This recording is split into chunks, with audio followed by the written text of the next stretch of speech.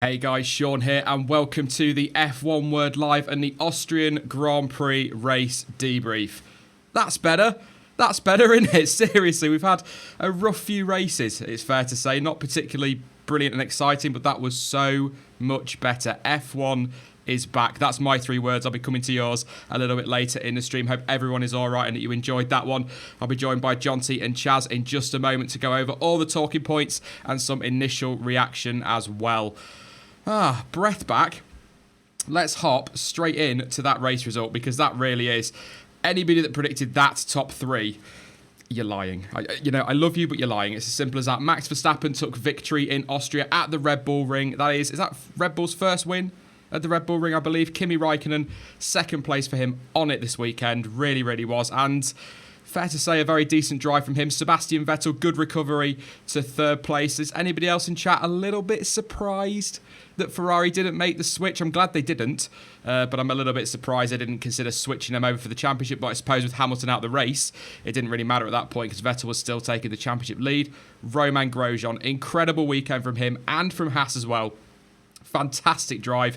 Kevin Magnussen, fifth, right behind him. Just, I don't know, I'd say perfect. I think perfect could be used too much, but it just was absolutely brilliant from them this weekend. Totally deserved the praise. And a really good recovery as well from Force India.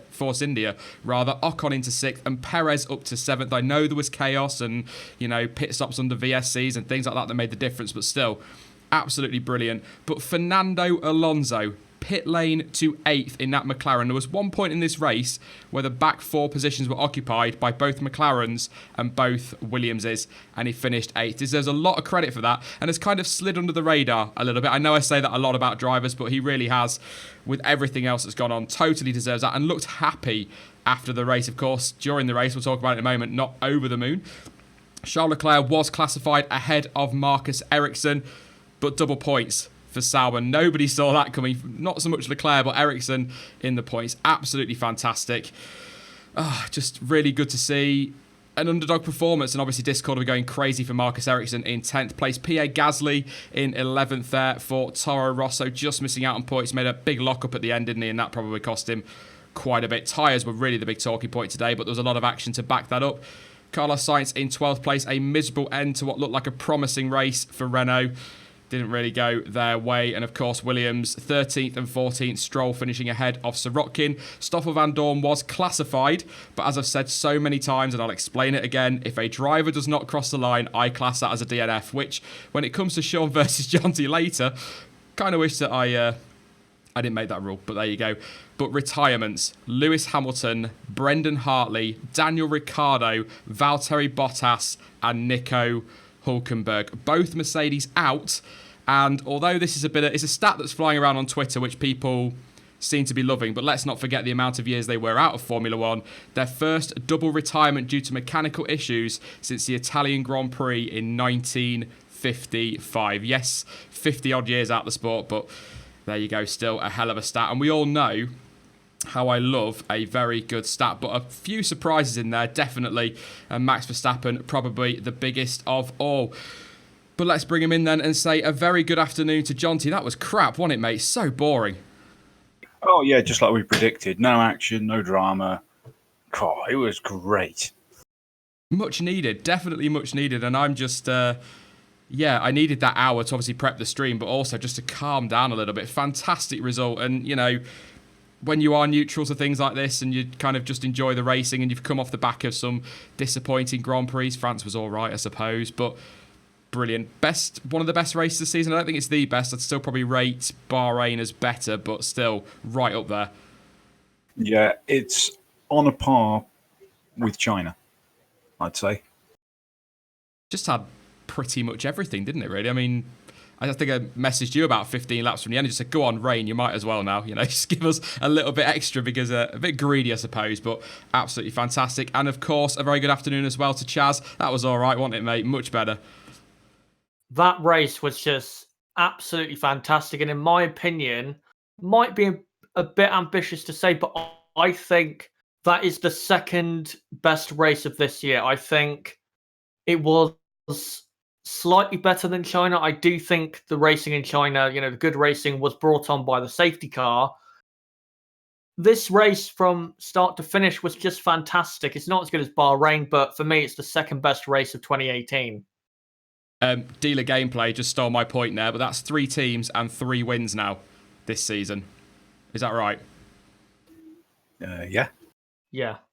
I'll do, won't it? I think at least 3. It's at least 3 wins. Obviously, we're 8 into the season, is it? 9 into the season? 9 races into the season. So it's, yeah, three teams, at least 3 race wins. And people say F1 is boring. And I know we have had some dull races of late, but you'll know, Jonty, and Chaz, you've been watching a long time as well, but going all the way back through history, there are always boring races in a season, aren't there, Jonty? And that's just the way Formula 1 is. But when you get races like this, it kind of restores your faith a little bit. Yeah, it does. Even though we've had some iffy ones this year, this makes it worth watching. This is the ones that will draw new fans in, because it was just edge of seat the whole race. No one knew what was going to happen. I didn't think for a second that the top 3 were going to get to the end on those tyres. No, you messaged me and said you thought they would all have to pit again and Hamilton wasn't out of this. It was such a surprise. The higher track temperatures obviously making the big difference with the tyres and causing that blistering, and that's what's kind of given us this unpredictability. And obviously Silverstone next week, if this heat wave carries on, maybe, just maybe, we'll get some chaos as well. Silverstone generally not a bad Grand Prix, so it could really mix things up. But it's a huge one for the championship, which we'll talk about later. But we have to start really with Max Verstappen. It's the only place to start. I never believed for a second going into this weekend. I know you did, Chaz, but I never believed Red Bull would be anywhere near on the pace to take a win this weekend, and he did it. I think Christian Horner described it as a very mature race because of all the management that had to go on, but just a faultless drive, I'd say, Chaz. It was a great drive to manage those rear tyres and just manage the car in general, and also have good pace, because probably until lap 50, 55, he was clearly the faster of anyone else behind him, even though, of course, Hamilton was stuck in traffic. Up until about lap 55, he was fully in control, and obviously his tyres went off, but the way he drove today is the way we were kind of telling him to drive or advising him to drive.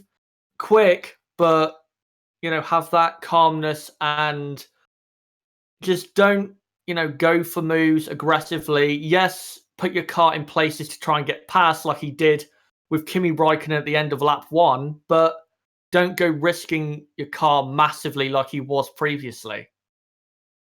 It was just one of those.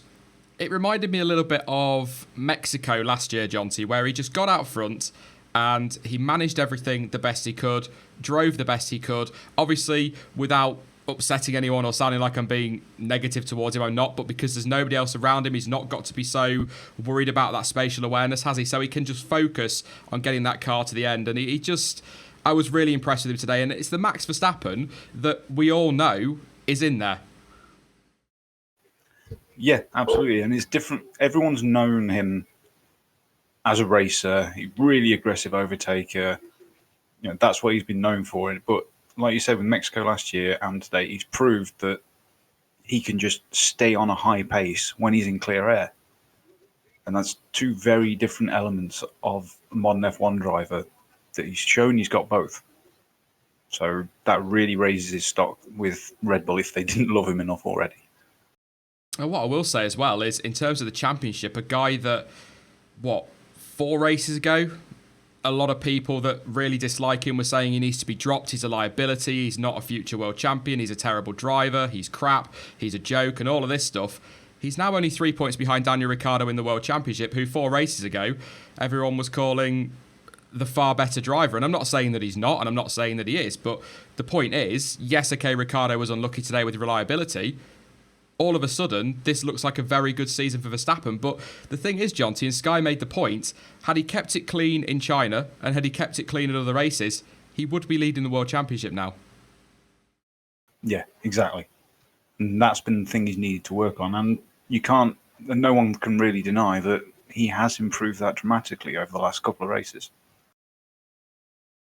Yeah, and I think, third in Canada, second in France, first in Austria. That's kind of the right way to do it, isn't it, John? You don't want to go the other way. So just really impressed with him all weekend. I think he's been very good. He's been very calm.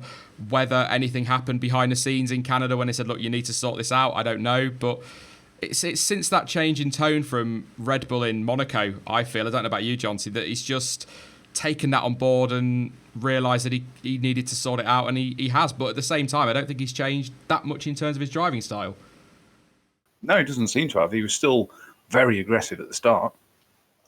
That's what got him into the position to be fighting for it. He got very, no one can deny that he's got lucky with the retirements, but the old adage that everyone keeps mentioning, to finish first you got to finish. He put himself in the position to take from it. So fair play to him. Yeah, that's it. You've got to make your own luck, haven't you, in Formula One? You've got to be there to capitalise on it, like you say. So I'm torn. Do we talk about Kimi next? No, we're going to have to talk about the elephant in the room. You've touched on the retirements there. Not understatement of the year coming now, everybody. Not a great race for Mercedes at all in the end, was it? It was just Bottas, poor start to the race, I guess, but managed to get back up to second place. Looked like they'd have that under control, and then obviously his mechanical problems. That guy, I tweeted it. If he didn't have bad luck, he'd have no luck at all. Him and Hulkenberg just cannot catch a break at the moment, and I was gutted for him because he is such a lovely guy and deserves a little bit of luck. And after qualifying, I thought he was going to get it, but it was all over for him. And then Mercedes, sorry to be quite frank about it, cocked up the strategy for Lewis Hamilton, which he was quite vocal about on the radio, and obviously then mechanical issues for him. It's turned this title on its head, Chaz. It has, and I will say about the Mercedes strategy, it was stupid because they were, I wouldn't say they were fully in the pit window, but they were enough into the race where they could pit for new tyres. So I don't get why they didn't pit him. It was so obvious that they needed to pit to cover off that, happening. So I do not get why Mercedes did that. And I will say as well, as quick as the Mercedes car is, Valtteri Bottas is out of the World Championship. There is no way he's going to win this championship. He doesn't have any luck at all. And I think this amount of bad luck, I think, is now having an effect on his mental state or attitude. And I don't think he's really going to recover from this for a couple races at least. We'll come on to strategy in a second, Jonty, but a good point from Chaz there about the World Championship. I couldn't believe it when I read it. Bottas is 6th. Yeah, it really does not tell the story properly. I mean, I tweeted out saying that I want to ask Bottas for the lottery numbers and then pick all of the numbers that he doesn't say, because that's how his luck has worked this year. It's just unbelievable. Baku and then this. 50 points that have just been snatched out of his pocket, potentially. Yeah, and you could argue as well with the safety car in China, that's 75, isn't it, potentially? And he's right in it then. It's a, you could be looking at a four-way fight for the title if everything had gone another way, I suppose. But I gutted for him. But strategy on Hamilton's side, he was, I said it, I'm going to swear, I don't care. He was pissed off, quite frankly, in that Mercedes cockpit, which I can completely understand. I know he gets accused of being whiny and a bit bitchy all the time, but I can completely understand his anger with that one, because I believe, looking at the maths, I think Anthony Davison was doing it at this infamous Sky Pad after the race, that they had 50 seconds to make the decision about the virtual safety car pit stop, and they still decided not to pit him. Now, whether they felt, Jonty, I don't know, that it was a little bit too early, like Chaz was saying, and they didn't expect others to pit, but surely, based on what Red Bull have done already this season, they should have known, get the car in the pits, because at least Red Bull will pit. Another old F1 adage that is still accurate to this day: you've got to be on the right tyres at the right time. If everyone around you was pitted, getting a much cheaper pit stop because of the VSC, you've got to do the same. Even without that, they weren't going to win. So the strategy call was terrible, and it's not the first time it's happened. Well, before the virtual safety car, he was in control, wasn't he? I thought that was it for the win. I really did. But it's a mistake. To be fair to his engineers, they've taken full responsibility. The team have taken full responsibility for it. They've apologised to him. I have to say, kudos for admitting that mistake over team radio for 400 million people to hear. I've got to be fair on that one. You could have left it and swept it under the rug and dealt with it. But it was one of those races where after that mistake, Hamilton, he needed that reassurance that he'd done nothing wrong, didn't he? And that's the side of Lewis Hamilton that I think frustrates a lot of people. Even his fans will probably say it's annoying that, not that he wears his heart on his sleeve, but that he is so vocal in the cockpit sometimes, because it shows a weakness to his rivals, doesn't it, if that makes sense? Well, that's part of the mind of all the mental games that you get throughout the season. Some of them are very careful on what they say, and some of them just don't care what they say. The ones who are more careful tend to be a bit stronger mentally because they'll use it to their advantage. But I don't think it really affects him. It doesn't seem to. It seems to be stuff outside of F1 that actually affects his mental state for the racing. As far as being angry in the cockpit goes, he seems to just carry on at pretty much the same pace. I would probably say now, and I can tell you what my predictions are straight away for the British Grand Prix, he will win at Silverstone. He'll bounce back from this and he'll deliver just one of those drives that he does after a bad weekend. He just needs to get his head down, doesn't he, after that, and disappears with it, really. I'm not expecting him to run away, but I think he'll bounce back from it and win it with the crowd behind him as well. But it's, I feel for him retiring because it's a mechanical issue and that's completely out of the driver's control. But the one I feel for at Mercedes is Bottas. I really do. And the guy gets no look, and it's got to change. But, it sounds like he's going to re-sign with the team, so maybe things will be better for him next season. But just gutted for him. But I have to say, equal to that, Daniel Ricciardo. Just, Chaz, another guy who, when he has a good weekend, he's incredible. But he just seems to have bad luck. Bad luck does seem to follow him around a little bit. It does, but I will say this weekend, let's be honest, he did not have the pace. I mean, in qualifying, I don't think he was good enough with a toe or no toe. And in the race, he had no pace and his tyres completely fell away from him. So, yes, he gets bad luck, but it would have been worse if he was still in second or in first. He was in, sixth place at the time. So it's just another one of those retirements. It could have been a lot worse if he'd been leading the race, of course, with him still technically, I guess, in championship contention. Yeah, I mean, after the race, he seemed in fairly good spirits, in the same way that Ricciardo is when he's disappointed, still smiling and whatnot. But I think it's got to be frustrating for him. It's even worse when your teammate wins, I suppose, as well, isn't it? I mean, we're not racing drivers, so we don't know how that feels, but it must be doubly devastating to retire from the race with something that was nothing to do with you, really. It was a mechanical issue at the end of the day, and your teammate goes on to win the race. And, of course, Red Bull, without that blistering problem, we're on for a 1-2. But I think Ricciardo, I agree with you, he's not been on the pace this weekend, and even without that mechanical issue, I don't think he'd have made the podium because he had to pit with those blisters. But, Jonty, that was a bit of a surprise. Those high track temperatures making a big difference to the tyre wear today. Oh, yeah, massive change. I mean, it was the highest temperatures track temperatures they'd seen all weekend, and not by a small, I think it was by some 13 degrees difference or something, which is a massive difference. And it kind of threw everyone for a loop. No one seemed to know exactly how long the tyres were going to last, which gave us some excitement, thankfully. Yeah, we needed it. Like I keep saying, we had a rough few Grand Prix, but well worth it if you're going to get a good one like this every now and again. We'll talk, I suppose, positively now. Obviously, we were positive about Verstappen, but a bit down on the other two teams there. But I have to say, Ferrari, Kimi, second place, drove pretty decently all weekend. Great start. I've got to say that, Jonty. I thought it was going to be right between those Mercs at the start. He got a belter off the line. Oh, yeah, lightning quick start, and he kept the aggression up. Really kept his nose pushed in there. It was a bit of a shame that he went wide, but he was certainly up for a fight this race. Really, really good. He said after the Grand Prix that a few more laps they could have won it because they had the pace. They were showing it at the end. He did get the fastest lap as well. But, tyre management, car management, it was quite clear over the radio. Some would argue Kimi was poor today, but when you listen to the radio, if people bother, which some don't. But if you actually listen to that on the radio channel, he was told by the team, we've got nothing to worry about now, no restrictions, you can push. So he was under instruction to look after that car, as was Sebastian Vettel and those tyres, which they all had to do at the end of the day. But I think given the management they had to do to close the gap on Verstappen like that towards the end and to still feel like you could have won the race, just kind of also shows what's wrong with F1 at the same time. Without moaning about it, because we have had a good race, without that tyre management and whatnot, he could have taken the victory today.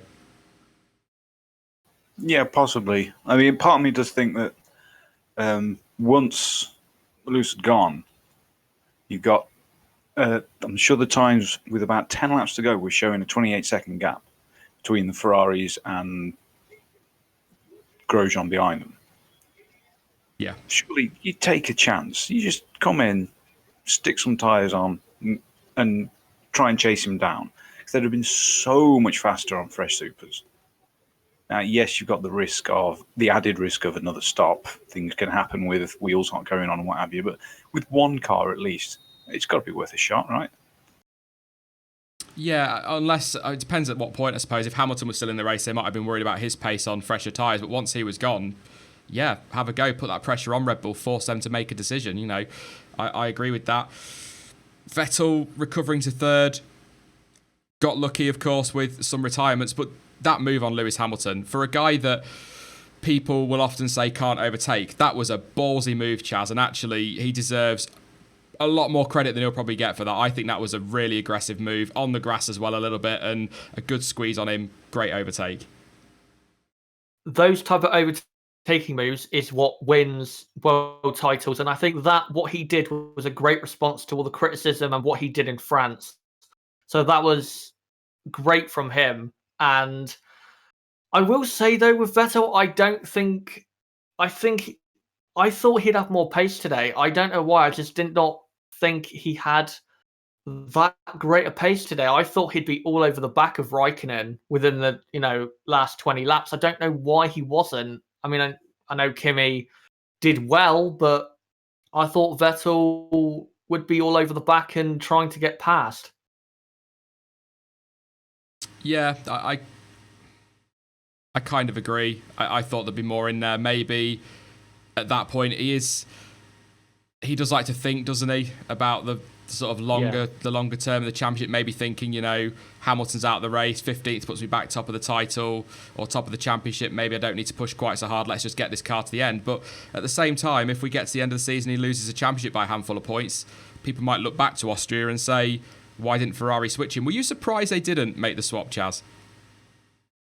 I was, and I know I'm going to get criticised for this, but I don't care. Ferrari should have made the switch. Yes, Kimi was pushing, but at the end of the day, they weren't going to lose any constructor points if they swapped Vettel with Kimi. They were still going to get 33 constructor points.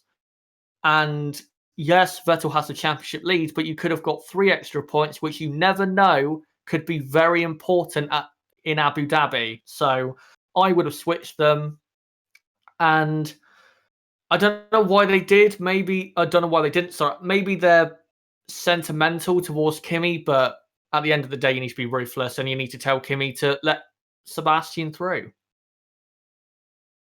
Yeah, we were joking, weren't we, Jonty, about an Austria 2000. I think you messaged me as well, Chaz, about an Austria 2002 situation. But I was surprised they didn't, but I'm glad they didn't. I kind of disagree in that respect. I think it's still a little bit too early in the season to be making that switch. Had Hamilton been 4th, if this makes sense, because I've just said it's a bit too early in the season, but if Hamilton had been 4th, then I think they probably would have made the switch. But with him out, they didn't need to, did they?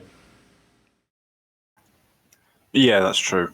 I'm glad they didn't, but it's very hard for me to say honestly that if I'd been in Ferrari's position, I wouldn't have. Because looking ahead, Raikkonen's clearly not in the title fight, really. So it would make sense to switch them around and still get the same amount of constructors' points, as Chaz said. So heart says I'm glad they didn't, but head says they should have done. Yeah, I get that. I totally agree. Before we get on to Haas, which is going to have to be the next talking point because they were brilliant, as I've already said. But in terms of the championship going forward, Silverstone next, Ferrari top of both of them. Just a point in it, we've got a hell of a title fight. This is going right down to the wire. I don't care what people say. It looked at one point like Mercedes were back on it and we're going to run away with it, but we've got a hell of a fight right down to Abu Dhabi. But Silverstone, Red Bull not expected to be quick there and competitive, but at the same time, they weren't expected to be quick in Austria either, and they've got the win, so capitalising on that look. What's going to happen at Silverstone? Because obviously we don't know at this point whether Mercedes are going to need penalties. Well, difficult. I don't know. It's entirely possible that all of those who went out with mechanical issues could get them for the next race. Both the Mercs, Hulk, Danny Rick. So it's going to be a very interesting Silverstone. Yeah, definitely. I mean, we won't know about the penalties until probably until Thursday. They're not going to say anything until then because why would you let your rivals know that this early? Plus, they'll need to do all their analysis and whatnot. But they were hydraulic issues, weren't they, for the driver? I think one was gearbox related, so there's a possible penalty there. Hulkenberg, if he doesn't get a penalty, I'll be stunned because that just looked like it blew the entire back of the car to pieces. So I'd be surprised if he doesn't. But that could be massively important for the World Championship. It's not just their retirement today. That could have a big knock-on effect now for the rest of the season. And I have to say, these quality concerns that they had over the engines, perhaps, or the gearbox or whatever, perhaps not solved. But I think we'll find out more on Thursday. But let's leave that and go on to Haas because, and in particular, Romain Grosjean, Kevin Magnussen, brilliant again today, but he's been brilliant pretty much all season. Romain Grosjean, he needed that, didn't he, Chaz? And he really deserves it. And it was a pretty faultless weekend for him. It was, and this is why I like Romain Grosjean, and this is why, in my opinion, at his best, he is such a good driver, because this weekend, he was clearly the best driver of those midfield teams. That Haas car, yes, was working well, but to split the Red Bulls in qualifying, and then, even though I think he was a lap down on the top three, still, to finish fourth in a Haas and be that quick and consistently quick, what a performance. He has been so good this weekend, and he deserves it because he should have had this in Canada. He should have had this in France. He should have had this in Spain, Bahrain. There's so many races where he should have put in a performance like this, and finally he has delivered. And I think at Silverstone, I think the Haas car is going to work well again because of the type of tyres then. I think they suit the Haas, and I hope that from now on, Roman will be like, say, he was at the back end of 2013, because when he's at that level, he is so good. He was fortunate, as was Kevin Magnussen, obviously, Jonty, with the retirements ahead of them, but it doesn't matter. That the pace was there this weekend. They were best of the rest. Oh, yeah, by a mile. And it's worth thinking that even without those retirements, they were still nailed in for a double points finish. That's the key. Yeah, they just had the pace, didn't they? And it was surprising, not so much shocking, because they have been right in that midfield mix, but surprising they were so much quicker than Renault. We won't really get to see how much quicker than Renault they were, because obviously the Hulk went out, and they weren't that far ahead of them, I don't think, at that stage of the race, but it's a case of how long they were going to make the tyres last. So I'm looking at the pit stop board now, and Grosjean made both sets of tyres last exactly the same as the top three did, which shows that he's still got that skill in him. And place like when we go to Silverstone with the harder compound selected, Grosjean could really be on for something special, because he could pull off a blinder of strategy, just bet on lap one and go to the end. Yeah, I mean, he came into the pits, didn't he, and said, "You wait till you see the blisters on this car." There was a lot of concern about them, but just a well-managed race, and like I say, a faultless weekend from both Haas drivers. And when you think of the stick that Grosjean's got lately and the other side of Kevin Magnussen, it's great to see both of them being able to deliver in that car, and Haas are delivering a good car. Yes, I know people say, oh, they've got help from Ferrari, but so what? You know, you've still got to put that car together and do the rest of it yourself. So I'm just really impressed with them this weekend, and I hope they can carry it on. And it makes up for Australia a little bit as well, doesn't it, John T? Oh yeah, well, I mean, this is the result they pretty much should have had in Australia. Maybe a place or two down, but they should have been getting double points finishes at least twice. That's been taken from them outside of the driving. So this is where they should be, and I hope they keep it up for the rest of the year. Can I just add as well, is if you look at the constructors, Haas are only 13 points behind Renault. So if Haas have another good race at Silverstone, Haas could be fourth very soon. Yeah, they're fifth in the constructors. Have moved ahead of McLaren and Force India as well. Big points. Kevin Magnussen, though, he was stunned in an interview afterwards. He's now 7th in the Drivers' Championship. Now, we've already said it a couple of times, John T. We kind of have to admit we were not wrong on his performances last season, but wrong on him as a whole, weren't we? We were a little bit brutal in the winter, and he's just absolutely delivered this year. I'd say that we were right on him, but he's pulled it out of the bag to turn it around and prove that we were just a bit jumping the gun on writing him off. Yeah, I'd agree with that. I think, yeah, I'm glad as well. I said it. Whenever I am critical of a driver, I've always said I would love nothing more than for them to come back and prove me wrong. And that's exactly what he's done. And you can't fault him for it. And well deserved from them today. But also Force India. I mean, they were well off the pace. I know Ocon got 11th, but Perez had no pace in that car in quali. Yes, he made a couple of mistakes and got a bit of traffic on his qualifying laps, but the pace wasn't really there anyway. Ocon was all right, but nothing special, and they've come through to 6th and 7th. That's a really good recovery, that one, John T. Yeah, especially when with about 5 or 6 laps to go, it comes up on battle for 7th. Ocon Perez. I just thought, oh no, here we go. Fireworks and shards of carbon fibre all over the place, but they kept it so clean by being told to switch positions. But that makes sense for that team. This is what I've said in the past for the midfield teams. When they're in that position, they need to work together, drag each other along, keep feeding each other DRS to make more of an impact on the front-running teams. I think they've done that really well. Yeah. I was surprised. Didn't expect them to bounce back this race, and hopefully that's the step forward they need going for the rest of the season, because they have been a little bit inconsistent. I'm going to talk about Sauber in a minute, but Fernando Alonso 8th from the pit lane. I mean, that car, we've been very critical, haven't we, Chaz, of McLaren this season, but that is one hell of a drive. For me, Fernando Alonso is the driver of the day with that performance. To go from the pit lane to 8th, that is not, it's not like, yes, there were retirements, but there were cars he had to pass which have been faster than the McLaren, like the Saubers, Toro Rosso, Pierre Gasly, Carlos Sainz, I think, as well. So to do that, yes, there was retirements, but to do that, what a performance. And he's my driver of the day. Can I have a mini moan? Am I allowed a mini moan even after a good race? Yeah. It's really annoying when it comes to Alonso and Leclerc in particular, when you're watching the order on the left-hand side of the screen changing and they're climbing, but you're not seeing the overtakes. Yeah, I was shouting at my TV whilst that was going on. It's like, I know we start off with the front end of the grid when we do these debriefs, because you kind of have to, in the same when I do the review tomorrow, because that's kind of where everyone looks, but it's almost as if F1 or FOM appear to be forgetting that there are other teams on the grid, because, you know, at the end of the day, Leclerc from 17th to 9th, yes, with retirements, but was overtaking cars and you could see him doing it. Ericsson up to 10th, didn't see any of his overtakes. I think I saw 2 of Alonso's or something like that, and he's up to 8th.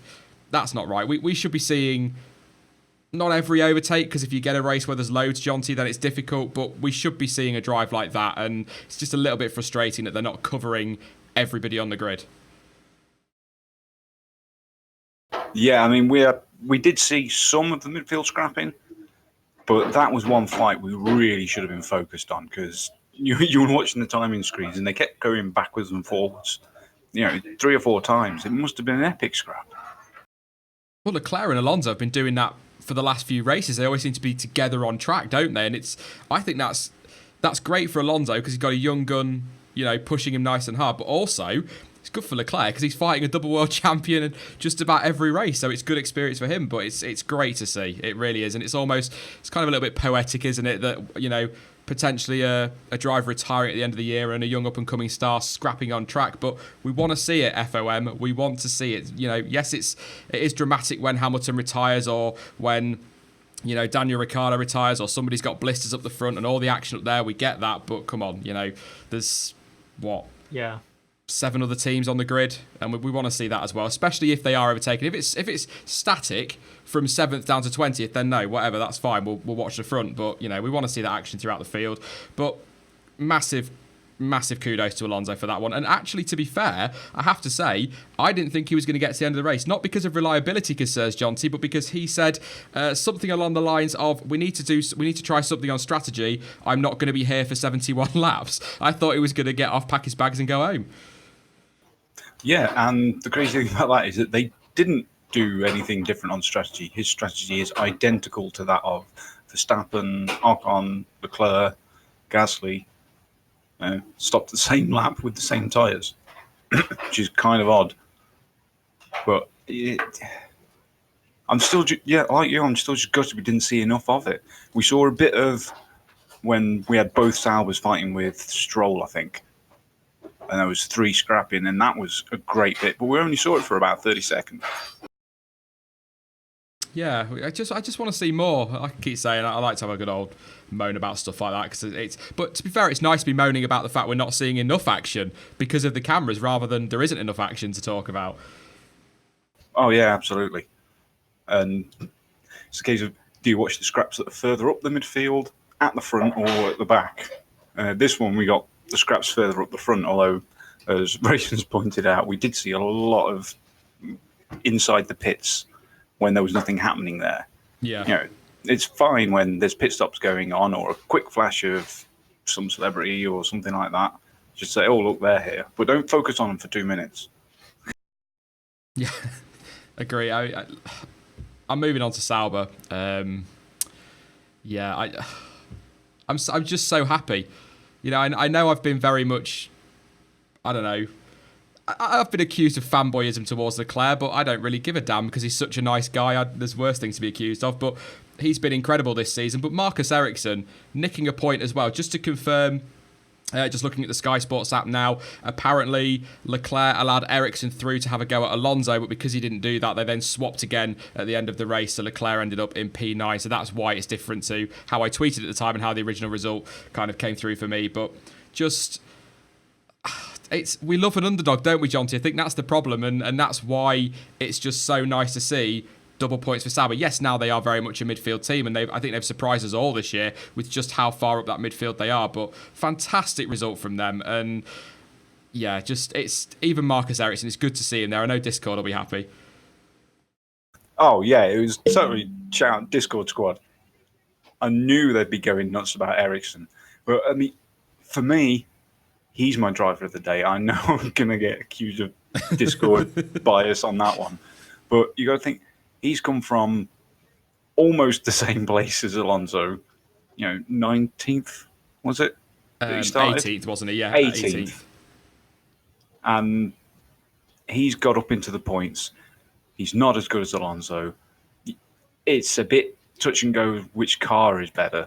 So I think he's had to work harder for what he's got. Can I just add as well, do you guys remember, was it him in the gravel trap at turn 6? Flying around the outside, I think it was. Yeah. Leclerc, yeah.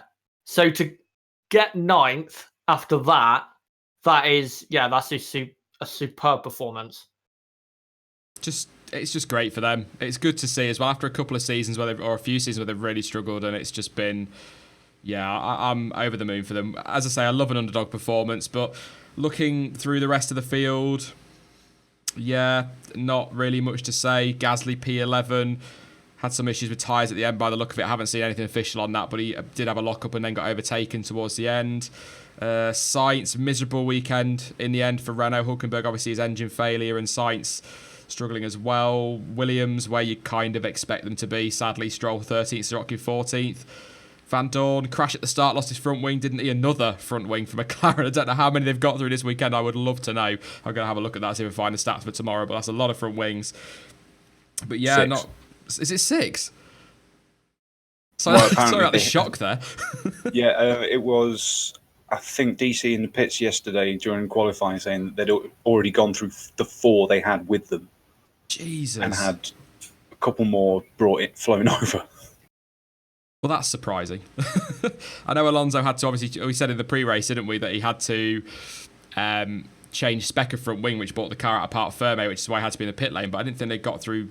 Wow, that's, crazy that they've both done that. But, yeah, hopefully they'll sort that out for the race. But other than really those standout performances, there's not a lot I'm going to say on the rest of the field because, they're kind of where you'd expect them to be honest. However, what we do need to do, oh God, is Sean versus Jonty round whatever it is, because I've completely forgotten. I want to say 4? Yeah. Possibly 4.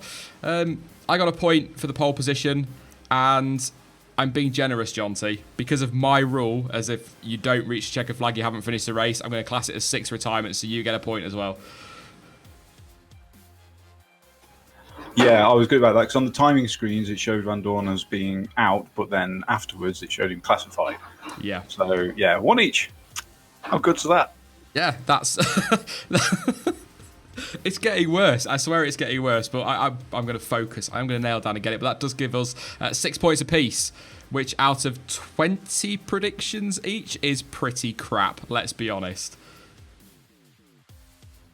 Yeah.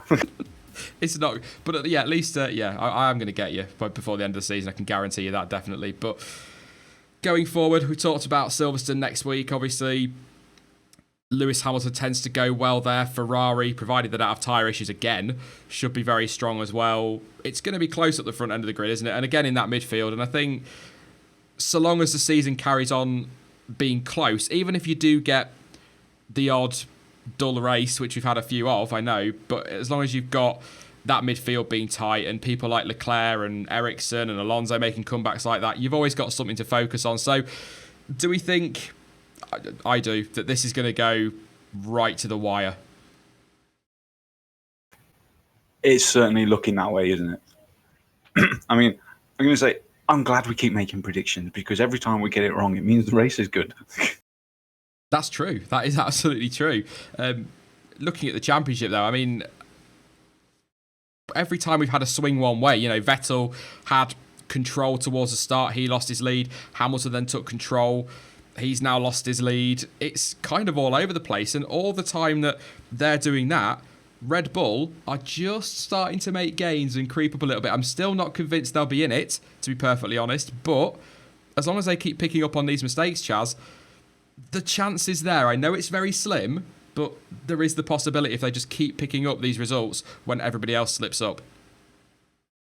Yeah, there is a possibility, I think, say from Max Verstappen's point of view, because if he continues like this, then he should be the lead Red Bull driver for the rest of the season.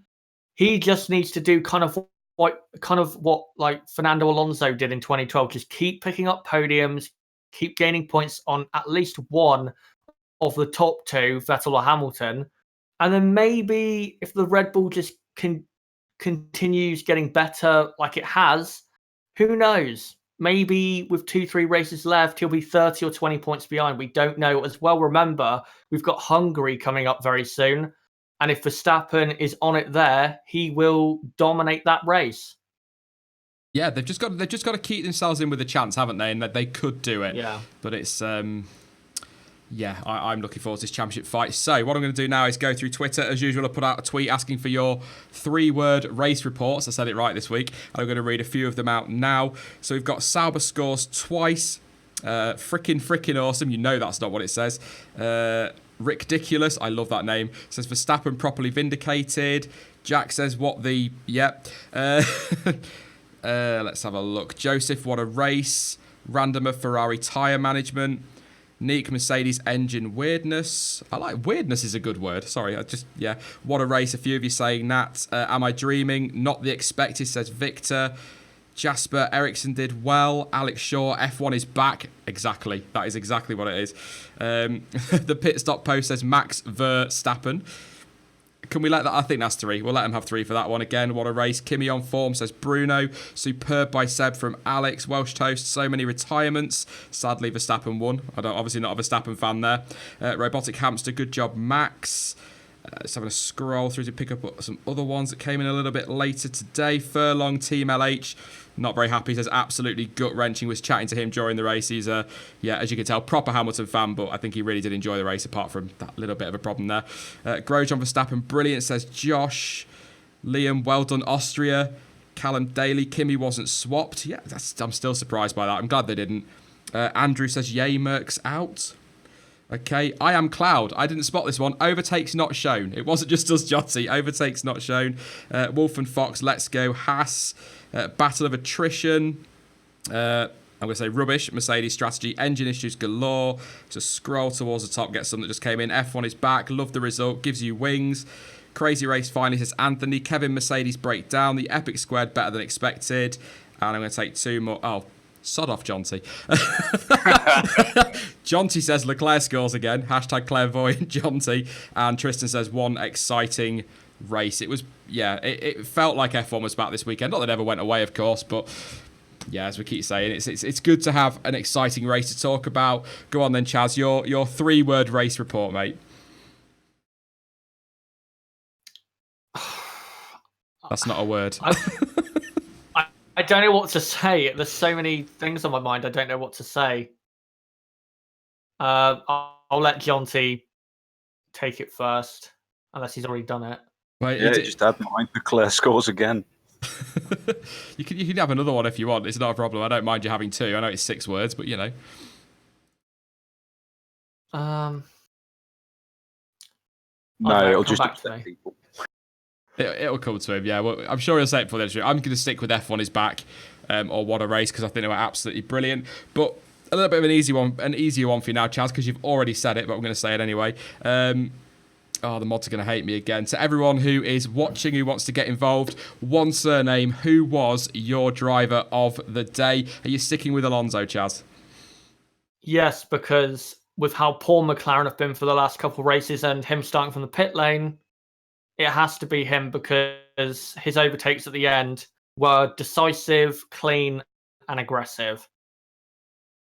Yeah, John, to you sticking with Ericsson? Yeah, just because he had to work that little bit harder than Alonso. But if he hadn't finished, it would have been Alonso. I'm torn between 3 because it's just me, because I have to be, and that is Grosjean, Alonso, and I am 3. Ericsson, yeah, as well. I think Ericsson, I agree with what you're saying about obviously having to work that a little bit harder in his way through the field, but I'd be tempted to give it to Grosjean, to be honest, just because of the full weekend and how good he's been and the fact that he needed that result. And I know Alonso needed it as well, but that could change before tomorrow. I'm going to watch the race again and I'll probably have a different opinion, but we'll get some of yours from, from the chat. There's a few. Let's have a look. So we've got Alonso, Grosjean, Alonso, Vettel, Bottas, the heat, yeah, it is a bit hot. Perez, Magnussen, Grosjean, Verstappen, Max. Max got the official driver of the day, didn't he? I believe. Yes, he did. There we go. Yeah, I've got it on here. I was just double checking. Alonso, Ericsson. Obviously, ST said Ericsson. He has to, doesn't he? Grosjean, not Vettel. Verstappen, Alonso. So it was Perez. Somebody called him Perez. Actually, yeah, that's a very good point. Actually, very good shout on that. Came through the field well. Deserves credit for that. Bottas. Oh, it's devastating, isn't it?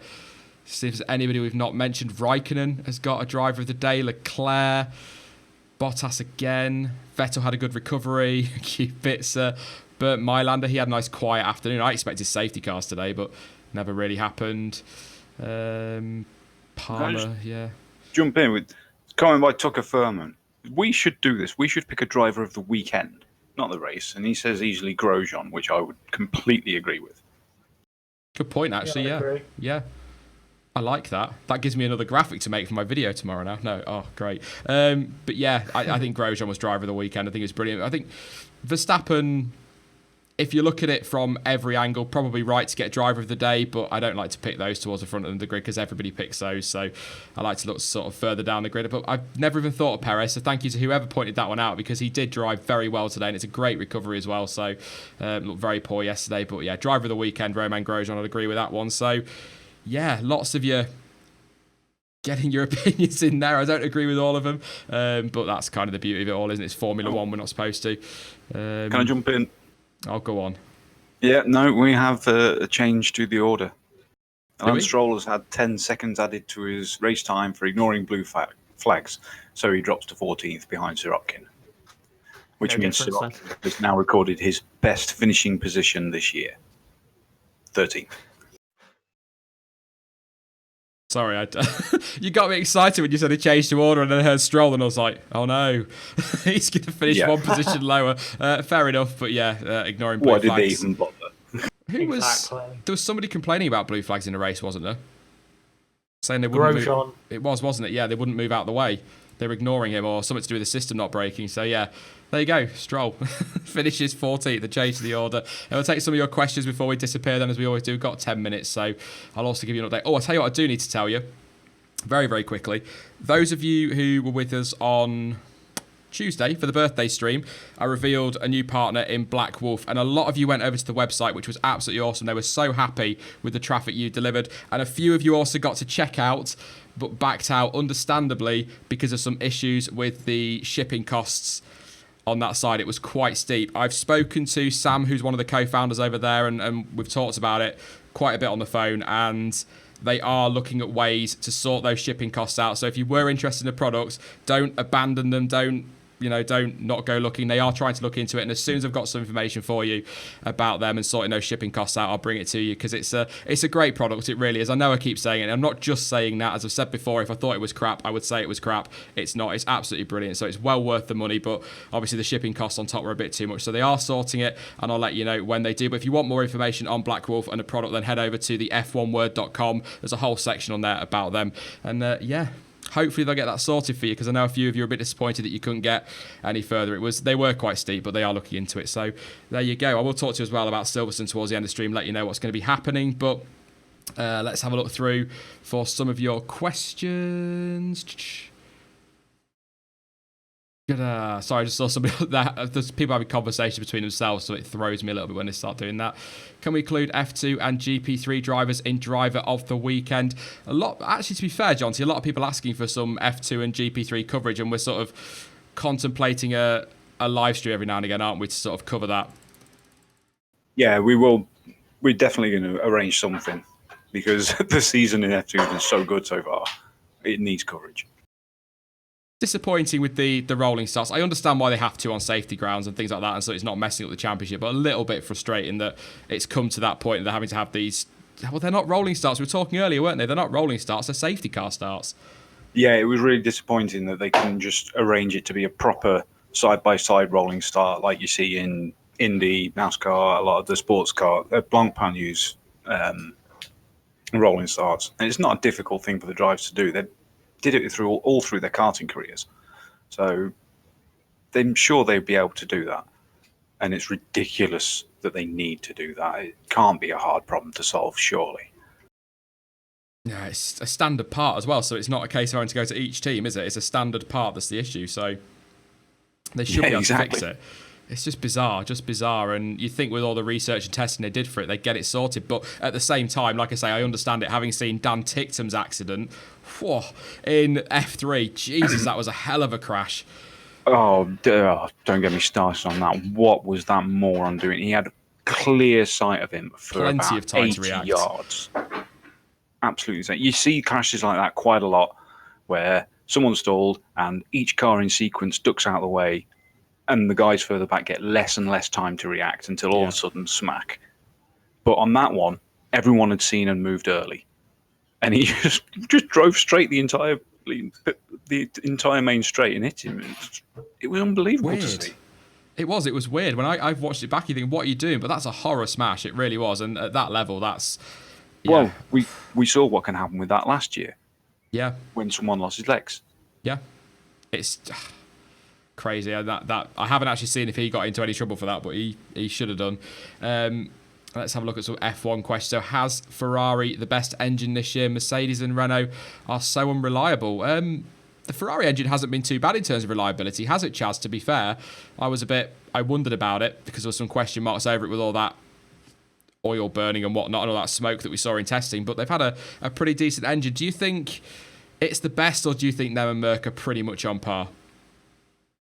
I still think it's very close, but I would say Ferrari has the best power unit because look at their performance at power circuits or circuits with long straights. Bahrain, China, Baku, Canada as well.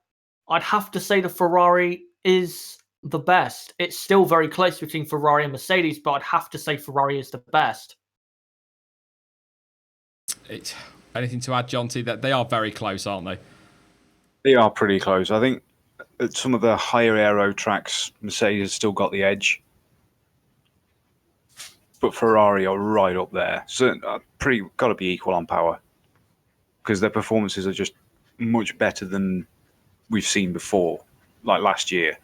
The jump they've made is much bigger. But this is where we're getting into those... what's the word? Returns. Yeah.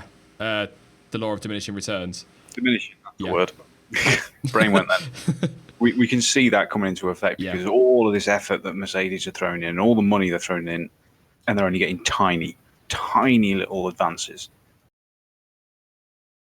Yeah, that question was from a Gath88, by the way. I'll try and remember to read your name. If I can't read it, I won't even attempt because I just embarrass myself and insult you. So, a few people, the Mighty Dash pointing out diminishing. Martin Van Can says Ericsson got a point and he deserves a special about him. Yeah, we'll have to do an Ericsson special one day. Maybe as part of the Christmas special when we do it in December, we'll maybe do an Ericsson corner or something like that. I don't know. I wonder if Merc regret giving them catch-up advice a few years ago from the Honovar. Yeah, maybe. I don't know. It's certainly coming back to bite them, isn't it? Yeah, but has it been that unreliable, that Mercedes engine? Because we don't know it's the engine, do we?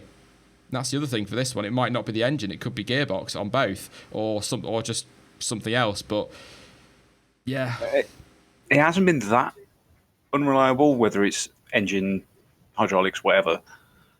But it's the fact that it goes at really inopportune moments. It's always when it really matters in a race. Everyone has the lack of reliability. But a lot of it seems to be during practice, maybe during qualifying. And the race, it tends to stay fairly stable-ish, or at least it has this year. But the first time Mercedes have a really big problem, and boom, both cars gone. Yeah, and you have to remember as well, Ocon in France, was it? He had an engine, not Ocon, Perez in France had an engine problem as well, so I suppose that puts question marks. It could just be coincidence that they've got the new unit in there and it's causing problems, and it's not that, but... We shall see. It was all pretty much... We'll find out more as we get closer to Silverstone. It's only a week away, so we'll soon know. Let's have a look. Was Bottas' problem and Hamilton's problem the same? Again, I'm not 100% on that one, just waiting to hear something from Mercedes, but I would imagine that'll be, again, getting towards Thursday before we hear too much on that one. Hopefully we'll hear something tomorrow. I'd like to know for the review, to be honest. Every Ferrari team finished in the points today, says Tucker. Absolutely did, didn't they? Yeah. I know Arriva Bene said afterwards he was very happy with the performance of the engine and the Ferrari side of things, so they were glad. Oliver just pointed out Perez retired last race. Yep, absolutely. Bryce says, does anyone else find the Sky Sports coverage really biased? Sometimes it's borderline hard to listen to. I go back and forth. Sometimes it can be, and sometimes they're actually really good with it, but yeah, I know a lot of people feel they are. Their features have been great. Yeah. The features are always great, but sort of the standing around in the paddock, filling time between sessions, this weekend in particular, has been horrific. It's been so massively biased and one-sided that I've seen really respected people on Twitter going on about it. And when people are taking notice like that, questions need to be asked. Yeah. McGath88 said, did Toro Rosso drop behind Sauber? Now, interesting. I don't know. You know what I'm like, but tinfoil hat on. Why not? It is odd that Toro Rosso have really started to struggle when it became apparent that Red Bull were going to be turning to Honda for next year. That's all I'm going to say on that one. I'll let you two carry on with that.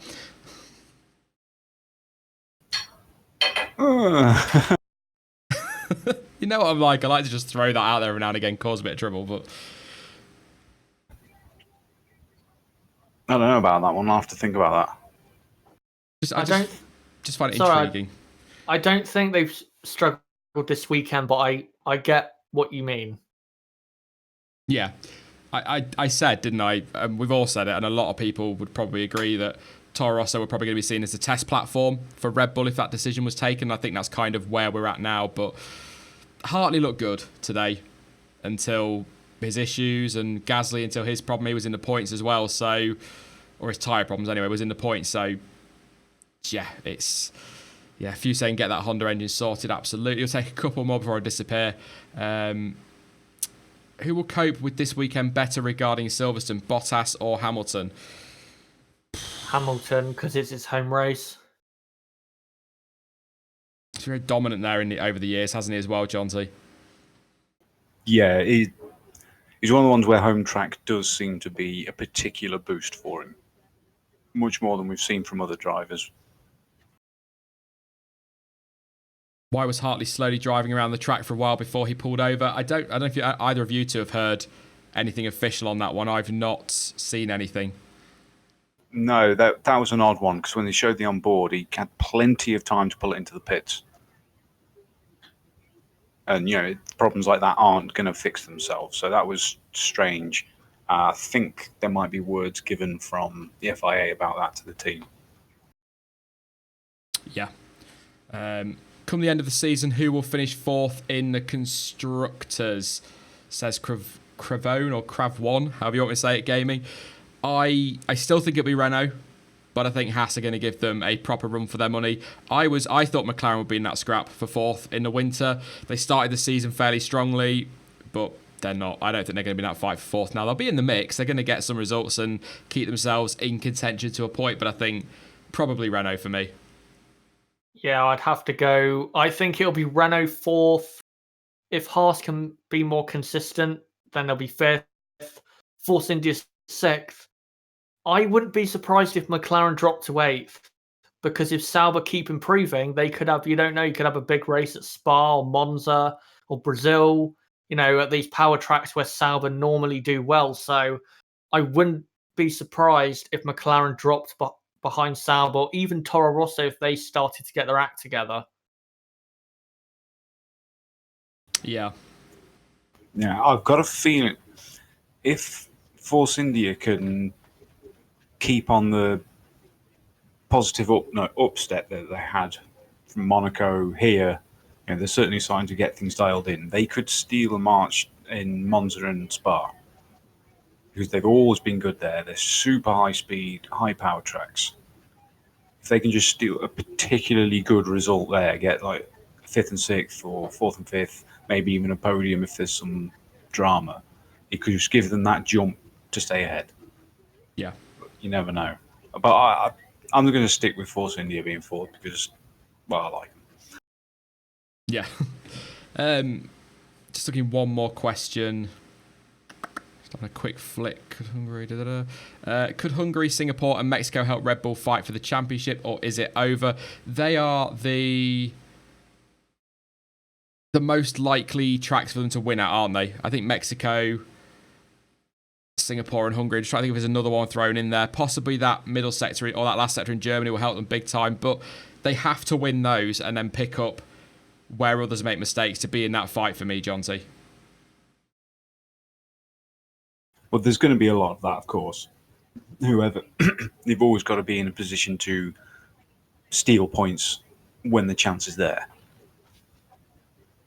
But this is going to be one of the biggest unknowns this year, because as we get towards the end, with only the 3-race rule, there's going to be penalties here, there, and everywhere for all the teams. That's fairly clear from today. No one is going to be immune to this. So we could have some races where maybe the top 3 decide to take brand new everything, get 30-odd place penalties, just so that they're safe for a more likely race win afterwards. We've seen it before when we've seen Hamilton, Vettel, the Red Bulls take new engines and get penalties at one track, so they're in a better position for the next one. I think that's going to happen even more this year, and we could see some really mixed up grids. I hope so. I hope we can get more races like this. That would be absolutely brilliant. I'm totally down for that. But thank you very much, as ever, Jonty and Chaz, for joining me for this one. It's, I'm just so glad we got a good race and had plenty to talk about today. Yeah, same. It was a great race, and hopefully, whilst you're at Silverstone and also for Heim in Hungary, we can fly into the summer break off the back of some great races. Yeah, definitely. I'd love that. Just give the sport a bit of momentum and a bit of a lift as well. But and thank you as well, Jonty. And yeah, as ever, it's great to have you on here with your opinion and helping me out when I'm going a bit crazy with my tinfoil hat rumours and random ponderings. Yeah, well, the tinfoil hat stuff is always a laugh. Yeah, we really enjoy that. So, yeah, it's always great to be on. Although I'm not quite sure what's going to happen next week. I'm sure we can come up with something. Yeah, I'll go over that with these guys in a minute. It's basically I go to Silverstone. It's just screwed everything up for scheduling, but I'm still gonna have a great weekend. But thank you very much, guys, and I'm sure I'll talk to you again in a few. See you later, guys. See ya. Bye. Bye. Yep, thanks as ever to those two. Now, next week, of course, I am at Silverstone. There is going to be a schedule going up on Twitter, Instagram, and on Facebook later tonight to let you know what content is going to be coming when. But very quickly, there will be the Austrian Grand Prix review tomorrow. There will be the British Grand Prix preview on Tuesday. There'll be a news roundup on Wednesday. And then there'll be some pre-recorded videos. Now, the reason I wanted to talk about this very briefly is because, obviously, there are a couple of videos that are going to be... how can I word it? Could be out of date before they go up on the channel or get published, if that makes sense. I've got my driver lineup predictions, and I'm going to be thinking about doing a video on Charles Leclerc as well. So just bear in mind, if you do watch those next week, that obviously chances are, and I will remind you in the video, that I don't actually know the news before I record those. So I'm going to be recording quite early in the week. Thank you to everyone for your questions as well. There's been a few things in F1 that have happened that have kind of, I need to do videos on them for, but what I'm going to do is keep all your questions that you wanted me to answer for Silverstone, do a Q&A video, possibly a Q&A live stream, and save some stuff as well for the summer break. But I really appreciate you getting your content ideas out there. But like I say, lots of content still to come next week, and I will be trying to go live at Silverstone with some vlogging, but it's all going to come down to that internet over there. I don't know what the 4G's like, but we will find out. And of course, that means there is no live streaming next Sunday, for which I'm sorry that'll disappoint some, but there'll be no pre-race and no race debrief. And the British Grand Prix review will be up on a Tuesday afterwards. And I will try, provided everything works, I've got a new phone finally as well, so that should help me out, and a little bit of equipment as well to get a proper Silverstone vlog done for you all too. And of course, I'll be on social media over the course of the weekend. And if you are going to Silverstone, do let me know, and I'll let you know on social media if I'm going to do any, when I'm going to do some meetups over the weekend, just to say hi. And it'd be great to put some faces to names as well. In the meantime, though, you can follow me on social media. Links to Twitter, Instagram, Facebook, and of course to Discord are all in the description down below. But as ever, thank you for watching. I've been Sean. This has been the F1 Word, and until next time, goodbye.